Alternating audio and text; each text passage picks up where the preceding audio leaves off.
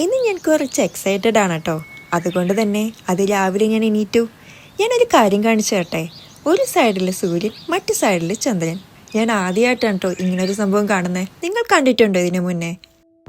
ആ സൂര്യനും ചന്ദ്രനൊക്കെ അവിടെ ഇരിക്കട്ടെ, നമുക്ക് നമ്മുടെ പരിപാടിയിലോട്ട് വരാന്നേ. ആദ്യമായിട്ട് നമ്മൾ പോകുന്നത് മൊറോക്കോയിലെ ഹൃദയമിടിപ്പായ മരക്കേഷിലോട്ടാണ് കേട്ടോ. ഈ അപ്പൂപ്പനെ കണ്ടോ?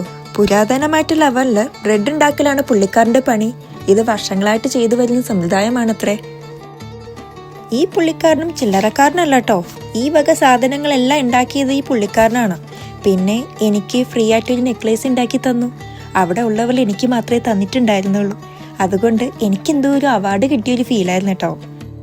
ഈ പുള്ളിക്കാരൻ പറയുന്ന വെച്ചാൽ ഈ കാണുന്ന നൂലുകൾ ഉപയോഗിച്ചിട്ടാണ് മൊറോക്കൻ വസ്ത്രങ്ങൾക്കും റഗ്സിനൊക്കെ നിറം നൽകുന്നത് എന്നാണ്. പിന്നെ നമ്മൾ അവിടെ അടുത്തുള്ള ഒരു ഫാർമസിയിൽ വിസിറ്റ് ചെയ്തു. ഇഷ്ടമുള്ള സാധനങ്ങളൊക്കെ വാങ്ങി. തിരക്കിനിടയിൽ ആരാ സമാധാനം ആഗ്രഹിക്കാത്തത്? അതുകൊണ്ട് തന്നെ കുറച്ച് സമാധാനത്തിന് വേണ്ടി ബാഹ്യ പാലസിലോട്ട് വന്നട്ടോ. 19-ാം നൂറ്റാണ്ടിൽ സീമോസ നിർമ്മിച്ചതെന്നാണ് അറിയപ്പെടുന്നത്.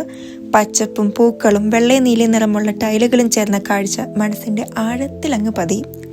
ഒരുപാട് കാണാനുണ്ടായിരുന്നു. അതിനിടയിൽ നല്ല ടയേർഡായപ്പോൾ വീഡിയോ എടുക്കാൻ കഴിഞ്ഞില്ല. പിന്നെ ലാസ്റ്റ് ഒരു മിനിറ്റ് കുടിച്ച് സലാം പറഞ്ഞു.